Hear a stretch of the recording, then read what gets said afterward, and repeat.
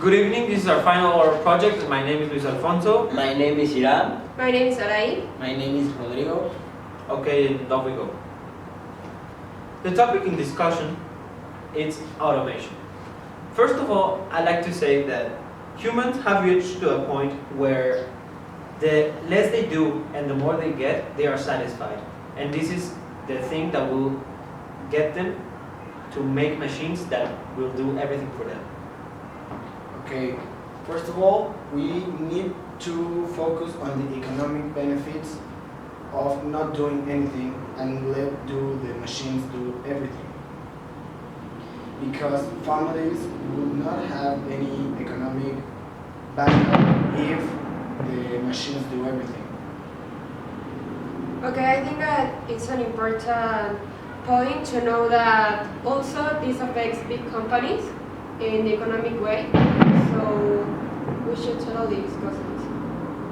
I think it really affects the economy because, okay, you don't work, but you don't do anything to maintain your family or to support your family.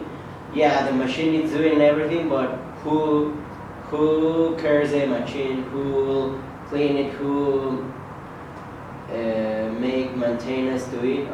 Its jobs will be present if automation is present anyways. We need people to take care of the machines. They can work by its own. Yes, but the works will be less if the work is clean the machine or give maintenance to the machine than if the people do the exact job. There will be less jobs than a company can have 20 employees and they can be replaced with one machine and only one person is going to give maintenance to the machine. Okay, adding to that, to his answer, what if now as humans we get more than one job? Because of this situation that's happening, we as humans are going to be in the need of having more than one job to satisfy economical needs of our families, us, and the society, so we can have a good economical cycle. Yes, I think that everyone should have like 8 jobs at the same time, but also these people, we need to have more skills in order to fulfill the goals of each job. So perhaps jobs would be like disappear, they would be redefined. So they wouldn't be like jobless. You have a point right there, but I think that you can take it easy as that, like, yeah, one person is gonna have 8 jobs, but when it's gonna be 8 different companies, and when you are going to be in 1, 2, 3, and the other 5. Maybe another addition of the thread we're having. Maybe jobs will need to be paid higher. Why? Because we're going to be paid because of what we are able to do in a certain job. So of what we know and how we can how we can action it. Because we're not going to be paid just I know how to multiply or I know how to divide. Well, do it. Show it to us and help our company. And there you have a point, because everyone knows that the quicker you do a product, it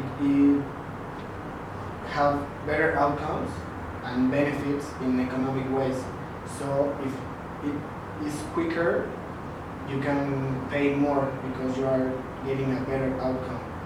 To conclude Iram's question, we need to prevent a situation that happened 100 years ago. We saw it in the 20s in the USA, where everyone had a shaker in their kitchens, and the factories keep producing shakers. And are you going to have 3 shakers in your kitchen? No, you're not going to have them. So when will machines stop? And if I own a machine and I get money for that, when everyone has something, how is the world going to work? So there need to be some certain regulations by each government, and that have to do with their population. And also to adding to that, we need to consider the population growth. The population is growing every time, so with more population, more products are needed. Okay, so thank you for everyone for your appreciation. So I would like to make a question in general, and I would like you to answer me. Will it be necessary for us to reach a point where machines work entirely by themselves? The only interaction we're going to have with them is building them and programming them. Is that going to be necessary for us to be as lazy to get to that point? I don't think that will happen in the future because machines can do critical thinking. They can do things that need to be like do that thing or do that. It only do. There's certain things you tell them to do to a machine. But So if they're programmed for every anomaly, no, because Future is Human- right here. Yeah. The future and the automation is right here. it's right around the corner. Well, I have to agree with Ram that I don't think that every job can be like automate because there are jobs that need creativity and relationship with people, and that's something that machines can do. The machines can be programmed to do that kind of things because they are not repetitive or they don't follow a pattern. I think humans have its human size, machines has its whole size. They don't think, they only do the program, and humans can do the decisions and be more like we say, we are humans, we think, we feel, we We can have a certain empathize to someone. We're perfect nature machines. we are perfect nature machines, so why change jobs that we are doing good to automate to a machine that maybe it has an error, it has some disperfect and it fucked up all the process. Thank you And very there much. you have a point because we all as humans have a critical thinking where we can do this or this, but we us as humans we can say I'm gonna do this because I know that this works better. So right there you have a Yes, great humans point. have the capability to know if something doesn't work like it's supposed to do something else. And machines just do what they are told to. right now.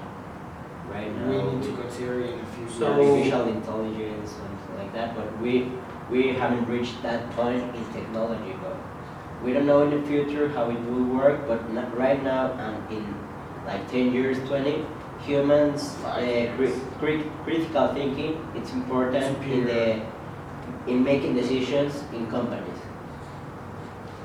That's right. Would you add to any rhetorical question or something like that?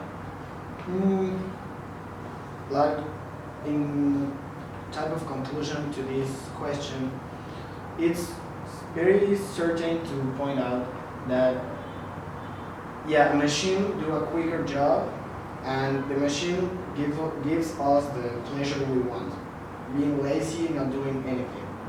But we have to consider the economic part to your family or to yourself, and also the human critical thinking. A machine would not do for the next 5-10 years what a human brain can do. Yeah, they do what they are programmed to do. They are They don't told to evolve. They don't think in the future. Well, that's right. But also, we have now like artificial intelligence that every time that you like enter some information, they learn new things. That kind of like Alexa or Siri, that you tell them your name, and the next time they know it, and they also know like your age or what you like. That's also Yeah, a but good at the point. end of the day, that's programmation. Yeah, but a machine, it's part of the same. A human brain goes to a computer and program the machine with certain anomalies. So that the machine is programmed to do different things to different anomalies. But it's all done by a human brain. A machine can work in different anomalies, but because of The the programming automation that was made by a human. Without humans, right now the machines cannot do two different jobs or two different anomalies in one certain job. Yeah, but by nature or by laziness, our goal right now in this century we're placed in is to do less and get more, as I said previously. But will we reach to a point where we are going to kill ourselves or get ourselves into a crisis, economical crisis, social crisis, and world crisis? Because there's going to be chaos. Machines will overcome us in power, strength, mass, or even quantity. Yes, I mean the economic part, it's kind of tricky because the government economics will be at the top because of the machines. The factories will make everything quicker, or they will have better outcomes. But the families, the people that are not working, won't have the enough support to their families, the economic support. I think that what you just said is just unstoppable because right now we are getting a bigger population, so we need more things in less time, and that's what you said. And machines can do that, so we can like stop that kind of crisis. It's going to happen someday, eventually. So I think that we just need like to find a way to like not prevent it or like to adapt to it. Yeah, kind of. But let me tell you something. Machines are way faster than us, and way faster doing what they are programmed to do. If machines are programmed to do this every second or a very simple action, they will do it very fast, and it will reach to a point where that action will overcome the number of the born rate. You get me? The point where I'm trying to get, where is that the action will overcome the number of babies born. But they are And by the time a baby is born, they will have to acquire 3 pence, let's say. And why do you want 3 pence? Because you broke down another pen. It's all in. It's a consume, and we, as a saying in Spanish in my country, the fish dies by its own mouth. We're killing ourselves, so we need to prevent this, and we need to have certain regulations so we don't get to this point. I don't think we need regulations. Like we need to let it be. Like industrial revolution, it changed a lot. It people lost a lot of jobs. Jobs were lost, but jobs were created. New jobs were created. New necessities were created. We need to adapt To what is going to happen. to what is inevitable to happen. Yeah, our need is to evolve. What happened in the 80s, in the happiest 20? I recovered the question. Everyone had a Ford. We saw it in Edison Ford. He recreated the way in which things in general were produced. He had the idea to produce in mass, and everyone had one car in this case, and they don't wanted more cars, and there were still thousands of millions in factories stored. So I insist we need to have regulations so we don't get to a point, because this is not our last chance, as we're seeing in consumption and in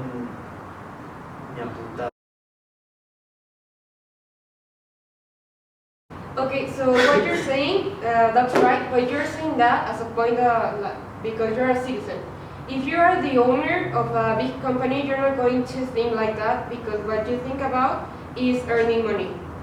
Yes. So No, yeah, but totally. if you are having like money because people are buying, you're not going to stop producing.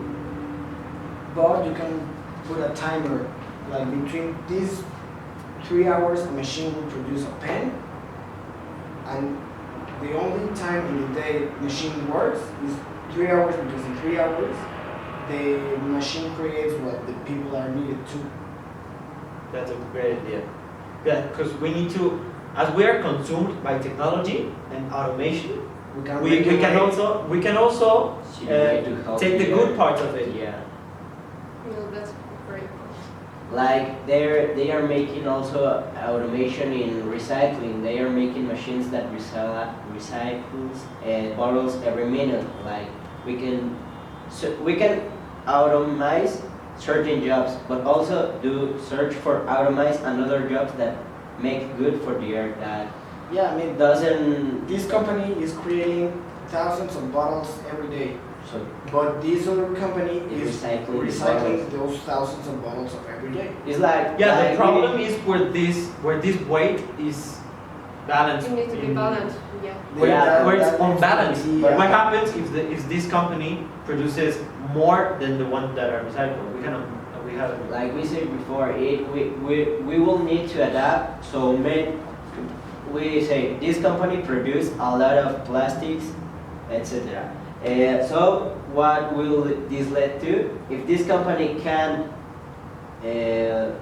recycle all that This uh, plastic. this company produce, so what will happen? Another company will That's exactly the point. Adapting to the situation adapt. we are They living. will adapt. They will make more. If this company is producing more and this company cannot recycle recycle enough, then Another another company company. will be more no- jobs, more money, more. Like we say, there's a benefit. Yeah, That's, Yeah, that's the way that There's that always it a gets to win-win. balance. Okay, I get it. So So, now I would you would like to you- conclude another conclusion, or would you add another point? I think we get to a conclusion right here. The only way to survive the automation is to adapt to it, creating things that gives us both benefits. And now I would like to ask you, in your beliefs, what saves a job from automation? We all know that, as we said earlier, the machines do work one certain job. But what will save jobs from the automation, I think from the future? What will save me from having a machine replacing me? I think, like we said before, the critical thinking and the complexity of the job. If a job, let's take the jobs that are being automated are the ones that are easy and repetitive. The ones that is like that. Well, you know what? It's more cheap to automate this because I don't pay a people. But if you make a complex job, it will be more difficult to program a machine to do that job. It will be more, the benefits, price benefit, it will be like this, unbalanced, because it will be more programming, more making the machine more adaptable to the job, and it's more easy for a people that knows how to do it and knows the certain way to do it to pay it than making a machine. I think problems are always around the corner in every situation, because we are involved and we are problems in a good way or in a bad way. But if we are the ones that program, we don't know anything about our future. So they will reach to a point where a machine doesn't know what to do with a new problem that happened.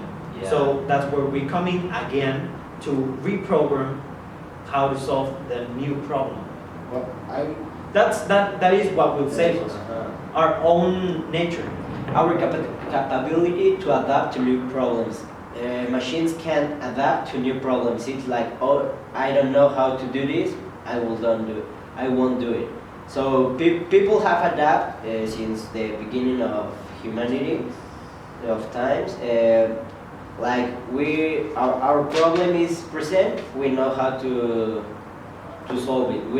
We make a way to solve it, and that's it. We can solve it in the future. A machine can't.